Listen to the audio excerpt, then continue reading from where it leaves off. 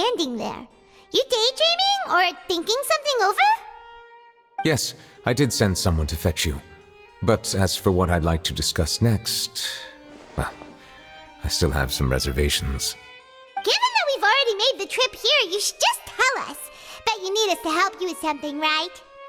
I do indeed have something I'd like to ask you to do. However, you should wait until after I tell you the details, then decide for yourselves whether you'd like to help or not.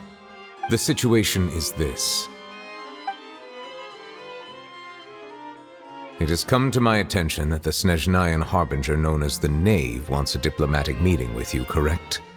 I heard that she was originally from Fontaine, but for her to suddenly arrive here and abruptly request such a meeting like this, I sincerely advise you to refuse her invitation outright.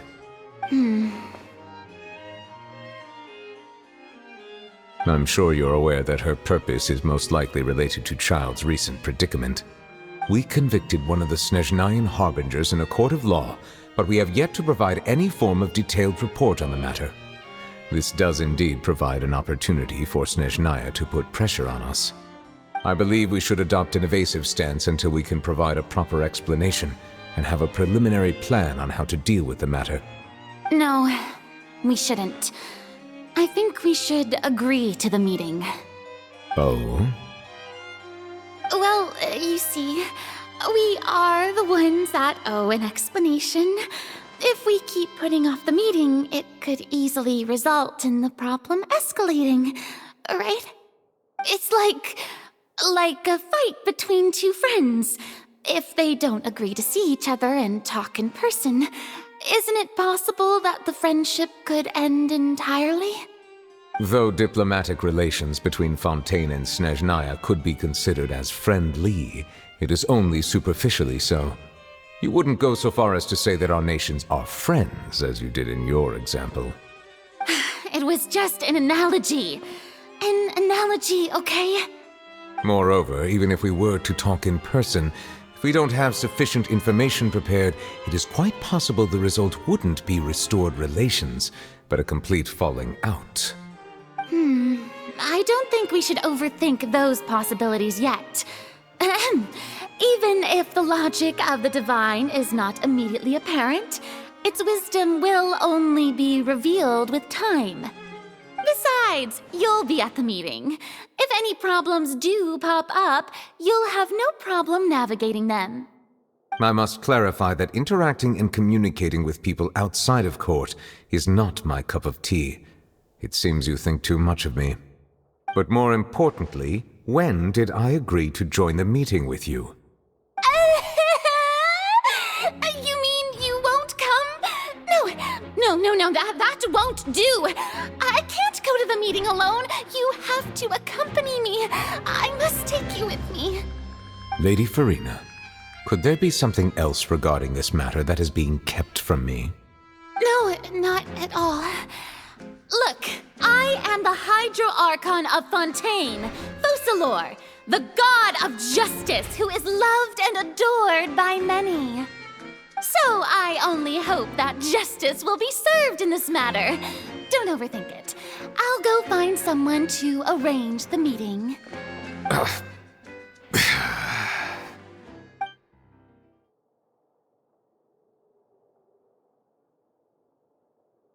Though it could officially be considered a diplomatic conference, I prefer to see our meeting today as an ordinary tea party. I assume you see it the same way, Miss Farina?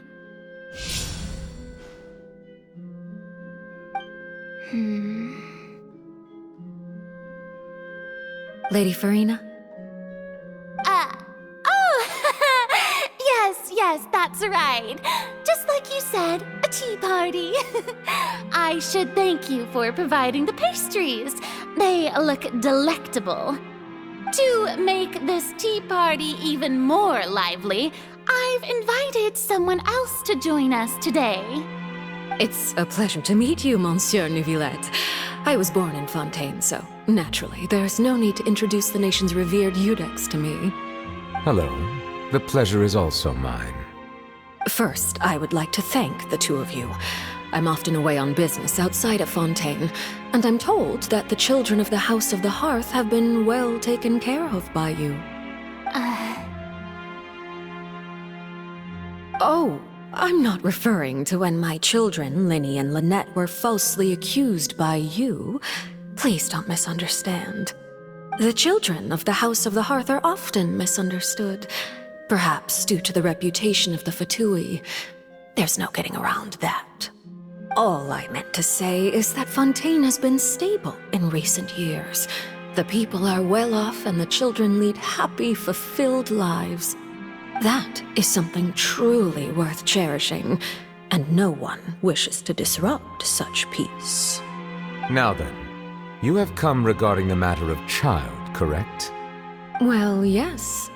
It appears the ever-busy Iudex Neuvillette doesn't wish to waste time with diplomatic pleasantries, and hopes that we can get straight to the point of our talk. Yes, as you surmised, understanding child's situation is indeed one of the goals of this trip. As we are both diplomats from Snezhnaya, as well as Fatui harbingers, Child and I have always been colleagues. Were anything to happen in Fontaine, each of us would serve as the other's attorney to resolve the issue. So now, in my capacity as his attorney, I request that Child be turned over to Snezhnaya. We have a responsibility to cooperate with Fontaine and resolve what has happened to him together. The rules governing attorneys only apply before a trial has concluded. Since a verdict has already been rendered, we see the case as settled. I apologize for being unable to grant your request.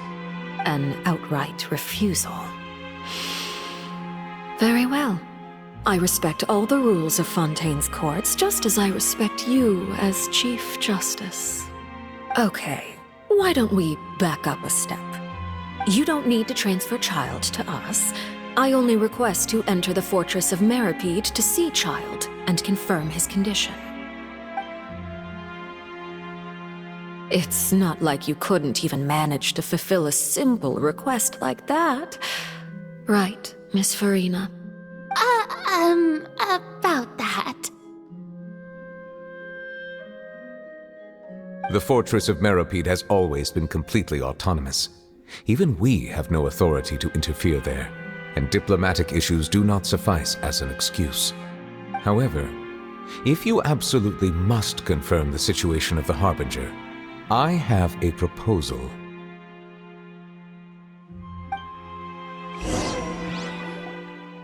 The knave showed up already? Well, Linny did say that father will be returning soon.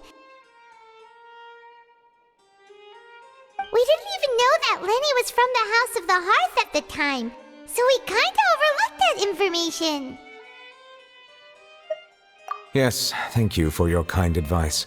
I'm well aware of the situation. I also noticed that Lady Farina acts a little odd and unnatural whenever I bring up matters related to the knave. Could the knave be threatening Lady Farina or something? If that were the case, then why wouldn't Lady Farina inform me? And what means could the knave possibly have to twist the arm of an Archon? So maybe that's not very likely. Even though Farina can act a little weird at times, she's still an Archon. In reality, this problem is even more thorny than it appears. According to reports from the fortress of Meripede, Child recently disappeared under mysterious circumstances.